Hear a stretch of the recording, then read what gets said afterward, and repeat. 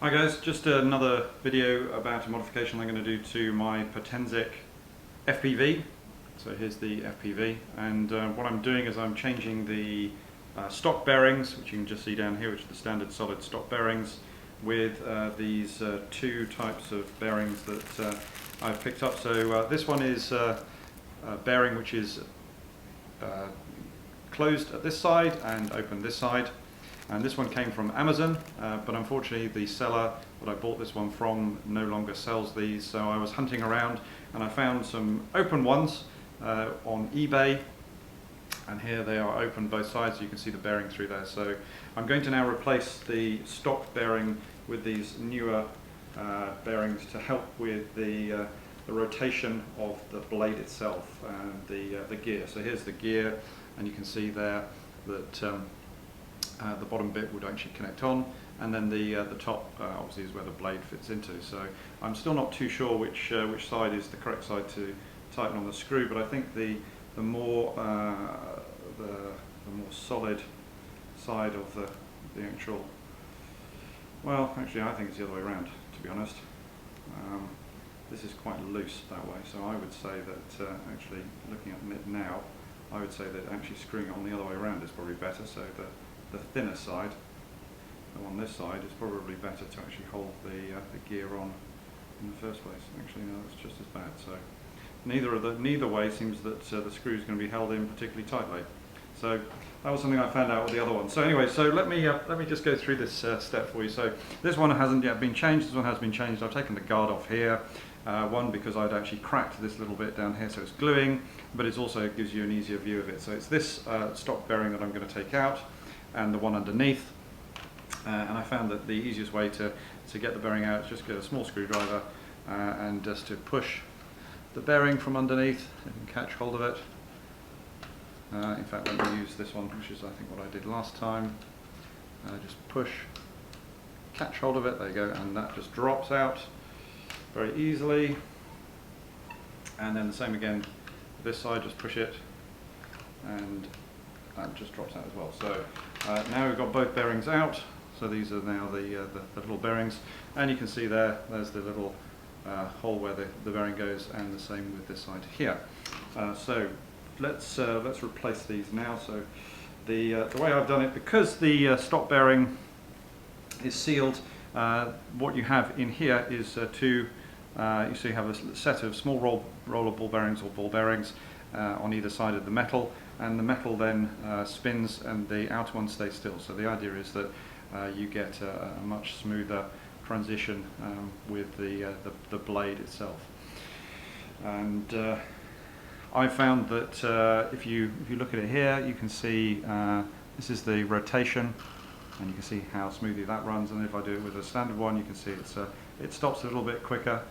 Again, if I do this one, it seems to be a bit more free running. So I'll put the bearing in on all of these, and then I will power it up so you can actually hear the difference as well. So this is the closed bearing, and I'm putting the closed bearing on the bottom and the open bearing at the top, purely because I can actually get access to the top of this bearing here, and grease it when it's actually in situ, so you can see how I can actually get grease into it, whereas underneath this will actually stop me from getting access to it. So from a lubrication point of view, just using some lubricant that is some silicone lubricant, and it actually comes from a beard trimmer that I got about a year ago.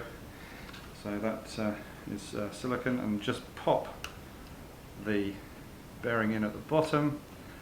Nice little snug fit, fits in quite well, and then I'm just greasing up a little the top of the, well, just grease up the actual central column as well, just to help it go in. You can see that it slides in nicely, and then as I bring it in here, just want to try and engage. So I'm now engaged with the actual gear at the bottom and the bearing. Now we'll do the same thing on the top here. Oops, just come over so it's just get that off. And there we go, there's some grease on that. So now we've got some lubricant on this one. Place it over the top, finger on the bottom of the bearing there, push it down and just seat it in, and there it goes. Fairly straightforward, as you can see, not too difficult to actually fit on. Now the blade goes on, as I said, there doesn't seem to be a right or wrong way to do these blades at the moment, and just lining up the blade hole, it's lined up, and then I'll take the screw for what it's worth and then place it into the blade itself. So yeah, it doesn't seem to actually hold particularly well. I wonder if I will, if I should switch to this one. See, this one's a bit better for it. It's not meant to be the right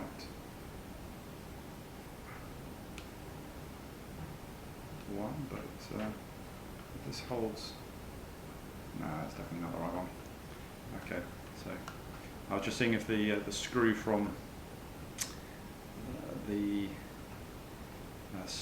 blade guard was actually better, but it doesn't appear to be. It seems to be just as poor in its retentiveness on the actual blade itself. So I'm not sure if these screws actually do an awful lot other than sort of casually hold it in there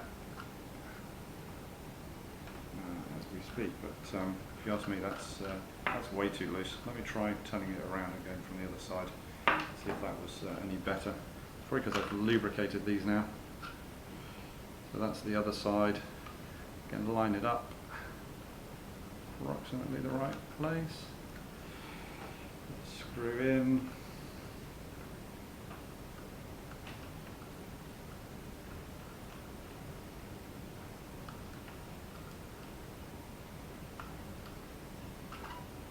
Well, and there you go. So there's the blade in situ. I'll do the same thing with this one over here.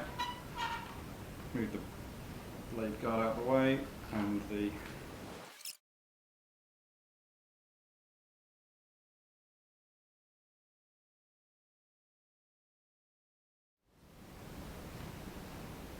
So I just wanted to show you the bag that was shipped with the ones which were sort of half finished. So you can probably just see there the model of the item itself that was shipped over, and these came from a Chinese supplier. So you might be able to find them through Best Gear or Banggood or whatever those companies are that sell a number of these things. So now what I'm going to do is put the battery into the battery case. I've actually added some foam on between the camera and this just to try and give some, take a bit of the jello which is off it that can occur. So just push the battery compartment open. I don't know about you, but if you have one of these quadcopters, I find the battery compartment is really very tight, and these connectors with the balanced charge on it are not so easy to put in. Quite often I push the camera off as well, which is not particularly clever. So let's just put the battery in and close the battery door. Let's try and feed it in and try and put as much of these cables away as possible. So you can see here how tight the space is under here. To get the balanced charger out of the way, and then just slot it in. So there we go. Let's turn on the remote first. So we've got it running. Let's turn on the APV was left on, so I need to charge that up. Let me turn this guy on. So let's see if I can bind it. We're bound. Yeah, let's start the motors. You can see there the motors are running quite quietly. Let me just try something for a second. Go for a bit of a risk.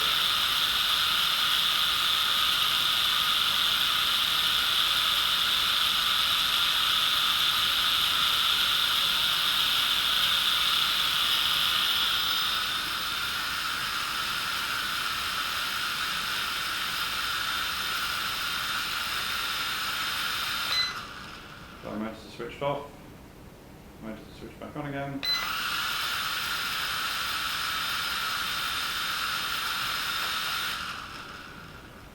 them off. Let's balance the, so that's, in theory,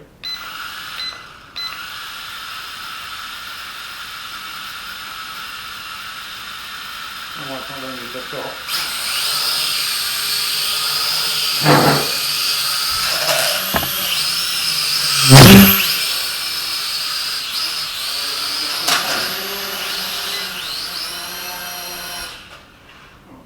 So the remote control decided it was going to go a completely different type of control on that. Did I turn it to mode 2? Maybe. I think I turned it on to mode 2, which wasn't very clever. Yeah, I think I turned it on to mode 2. Let me try this again. You're on mode 1. Yeah, that was my fault. I had turned the quad into mode 2 rather than mode 1, and I hadn't figured out that